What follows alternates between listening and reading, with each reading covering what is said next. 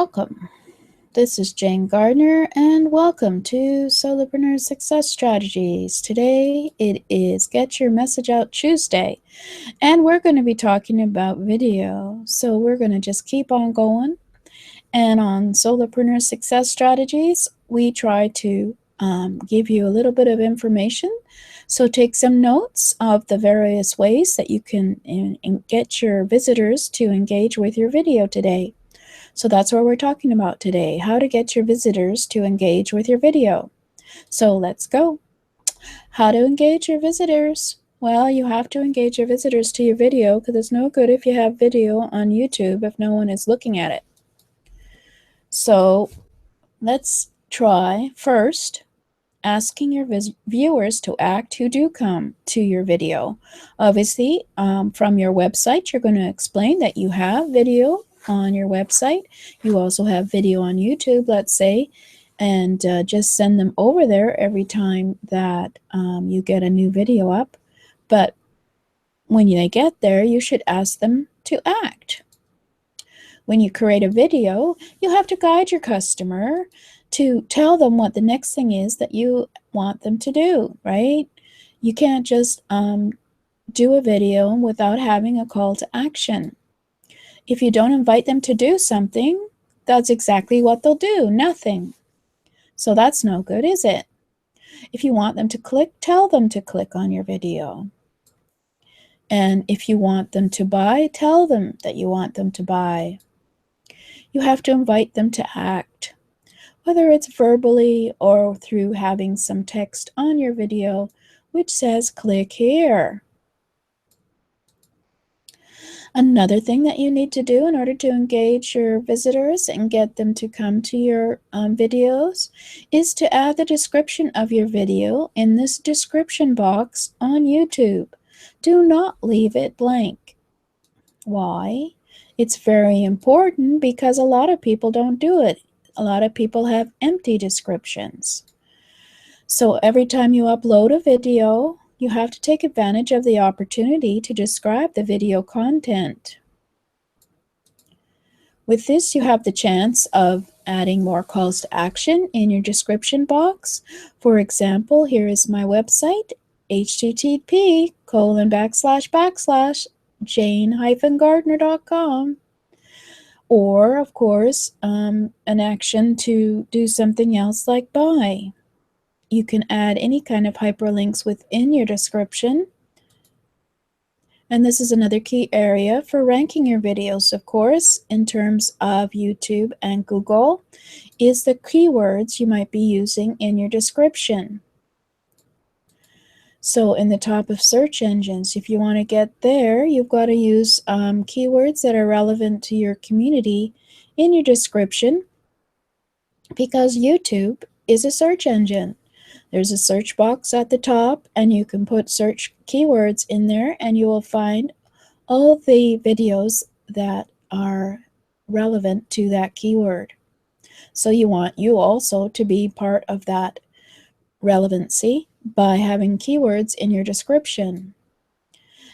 Now, the thing that you can do is add the URL in the description box. Well, we've already mentioned that, of course, but there is room, so you might as well put in, there's 5,000 letters, you can do characters.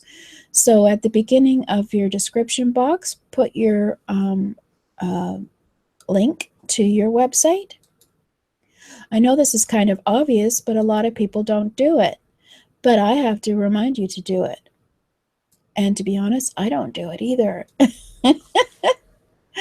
Every time you upload a video, don't miss the chance to, I'll have to go in and add my website address or any URL you want into the description box.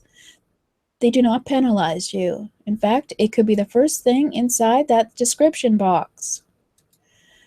Take advantage of the high converting power of video, and you can invite people to visit your website from the video itself, obviously verbally, but you can also do it.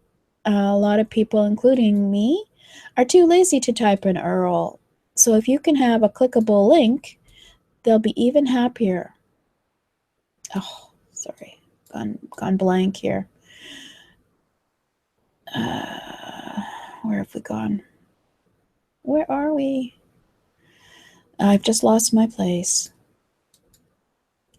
So we can go to the description box and click on the URL, and it'll take us to the website.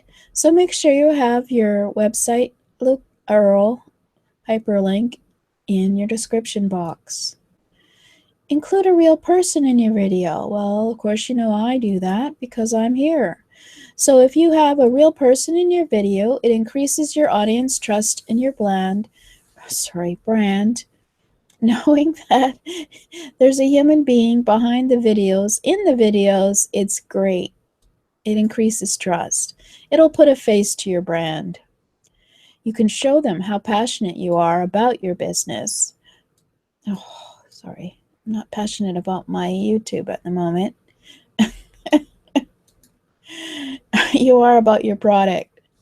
You can take a look at how other marketers show their faces in other videos and see if they have any preference in terms of the way they do it. I use XSplit to have a nice background and also, of course, change my slides very easily. And other people just put up a green screen and just, or some people just stand against a wall and don't have very good lighting. So it's up to you to see which kind of videos you want to do.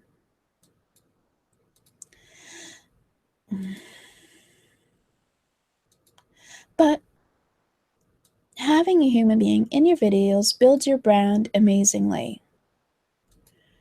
Because next time they see your name, they will know who you are, obviously. And that will help in terms of building your brand. Another way you can engage your visitors is posting your videos regularly. People have to see you are alive. After some time, people will start wondering why you don't post new videos. And where are you? And they'll forget about you. It implies you don't care about them. Post videos on a regular basis, even if they are imperfect. You know me, I do them 5-7 days a week sometimes. The cool thing about video is that people will watch them in a way different than reading a post because they can listen to your how you talk, how you react, who you are. Address a trendy topic. If you can't find anything to talk about in your videos, find a trend. And of course, you can't just post boring information in your videos, so address a trendy topic. And you'll soon find that you will provide quality every single time you post a video. So you must have video quality in your video. And I hope you're finding some of these tips useful and that I'm providing some quality. If you don't know what to post, just research about the latest information in your niche and talk about it, and also some useful stuff about it. Give a review of a current product. Talk about your issues in your niche. You can even ask them. You can ask your visitors or ask your clients and customers. You can email them and ask them what topics they would like to listen to and learn about most. And that will give you some topics that are relevant to your customers that will make them come and listen to what you have to say about it. You can even take a look at the emails they send you and see what questions they have and record a video answering all of their inquiries and frequently asked questions. This will make them very happy in order to know that you are reading their emails and responding. Now, hopefully this will never happen to you, but you can also do video apologies. Video apologies work awesome. If there is something that people are having a hard time with in terms of your product or service, then you can, on a normal basis, of course, then you can use a video to apologize for that and tell them what you're going to do to rectify it. If for some reason there was a mistake related to anything in your business, just take the time to say sorry. When business owners do that, it will increase the customer's trust on them incredibly because it means you care for them. If you ignore them, then they realize you aren't worth the effort. So, another way you can make your videos engaging is making them interactive, because interactive videos are what people want. Please do not just talk. Try to make the video engaging, attractive, maybe funny, or train them on something, or make it easy to understand your product or service by doing a training. Make them engaging. People love to see live examples of something, so show them live how to use your product or service.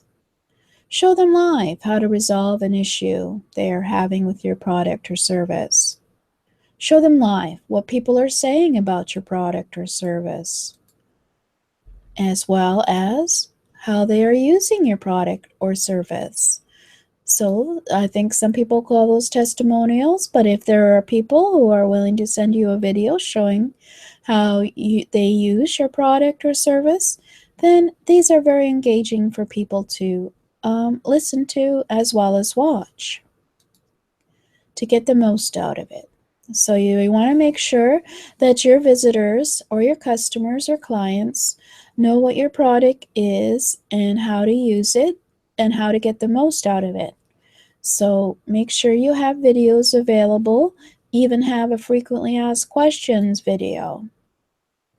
Most importantly, enjoy what you do on video. If you're going to be boring, if you're going to be stale, if you hate doing videos, get someone else to be the spokesperson and you do the text for what they talk about. If you are not the person who wants to be in front of a video, be enthusiastic, be funny, be their friend, feel happy recording a new video, and they will feel the same way.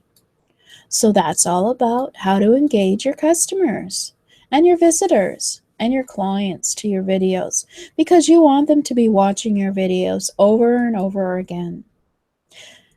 And I want you to watch my videos over and over again. So that's why I put them into playlists. So this is my Get Your Message Out Marketing Tuesday. So it's all about marketing. We've been talking about social media platforms. We talked about your brand. We talked about your website and how you can create your brand with your website, etc. So you can go have a look at my YouTube channel, which you're on, I guess, right now, or you either that on you're on my website. But on my YouTube channel, I have a playlist called Get Your Message Out Tuesday, and it has some of the videos, and I'm putting together a compilation archive for Get Your Message Out Tuesday, as well as my other episodes coming up. So we'll see what we're going to be doing next time. Whether or not we're going to still talk about video marketing. I'm not going to get into too much detail about video marketing. I just wanted to show you that video marketing should be used in your business. And so maybe we'll do one on podcasting and audio, and I'll show you how I've been doing with my podcast and how I've been using podcasting in my business, just so that you have an idea, and also the other ways you can use podcasting in your business. But it's that because it's actually a very interactive and also is very engaging for your visitors to your podcast. So till next time, this is Jane Gardner.